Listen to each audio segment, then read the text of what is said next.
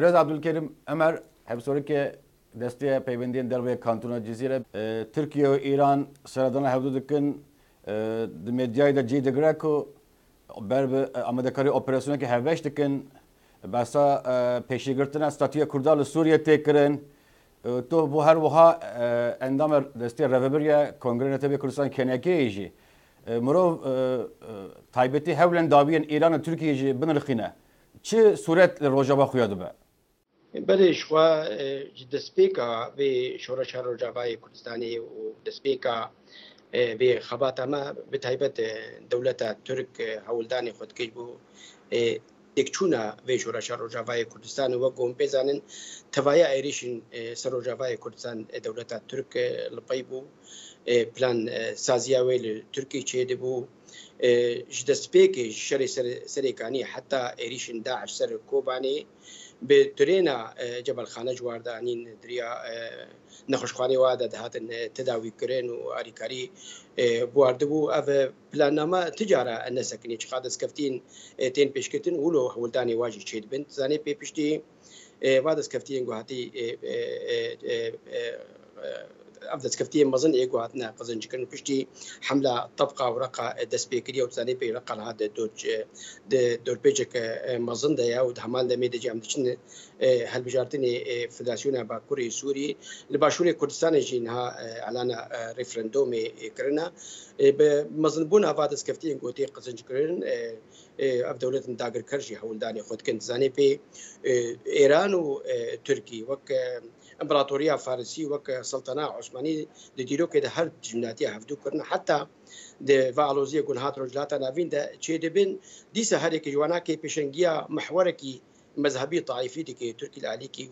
وايران جي العليكي لي اختي قد بي مساله كردي برجونديه و دبنيك شي قادس كفتين مزنتين قزنجكرن ولو هولداني واجي تشيدبن ديجيتيا فا بروجي ما يعني افا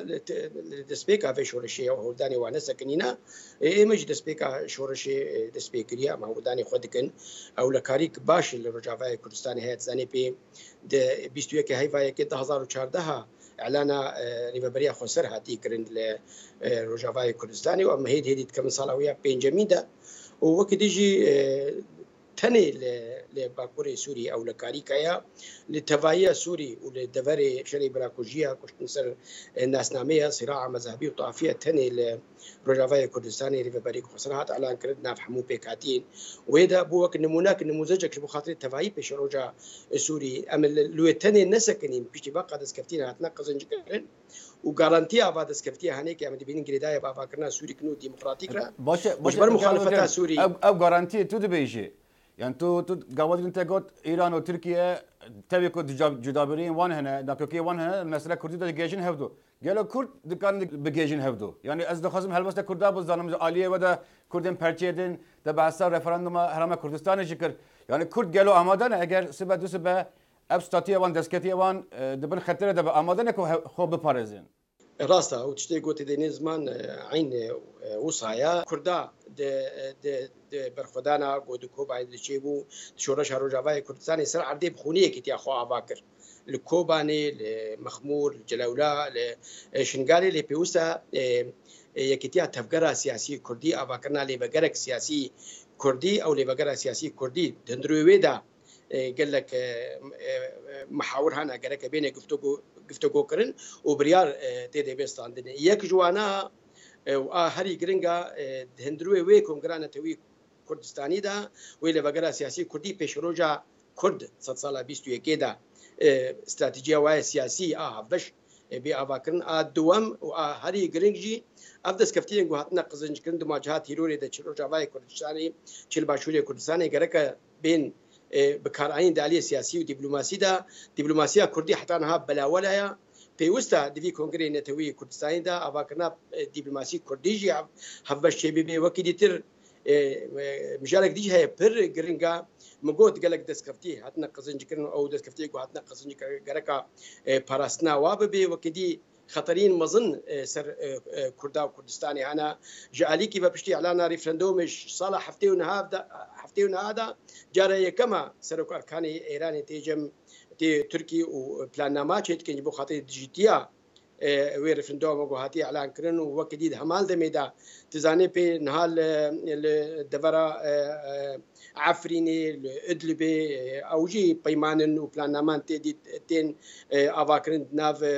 ايراني وتركي وروسيا ورجيم بشار الاسد افهموا خطرين مظن اريد اسكفتيه مظن هاتنا قزنجكرن اري كردوي خديرو لك مظن باللي دجمني كرداجي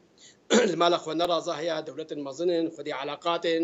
اقاهيل جموعنا معطيات جموعنا اوجدان تشدبي وهولداني خوبكن حتى تاليق وديجيتيا وي بكن جبولو حتى هيزن لشكري اي كردستاني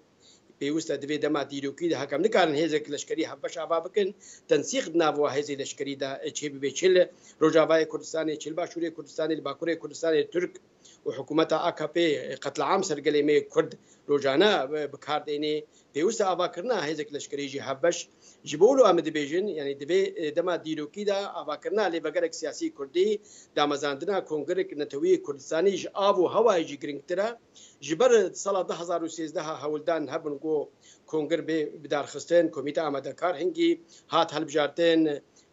دوکومنت وی هاتن حاضر کرن دیروکا دامزراندنی وجهه وجه هادیار کرن مخابن بسر نکد اما کنکی و کنگری نتوی کردستانی و کسیوان کردستانی مدید او ارکی میا يعني اما رول كبريزن ام دس بكن مهوانداريه ام قارب توايا كردا دالچا پارچه كردستاني بين اندقل هبدو نقاش بكن بيشروجا كردا دست سالا 21 كده وسروي اساسي شورا يكم لباجار سليمانيه 15 ترمه هات بدار خستن وك انجام نامه ويناكي بدار خصنا بين شوري نتوي هر شورك نتوي بشكل بشي كردستاني وشورك نتوي الدرباي كردستاني والاوروبا بتاعيبات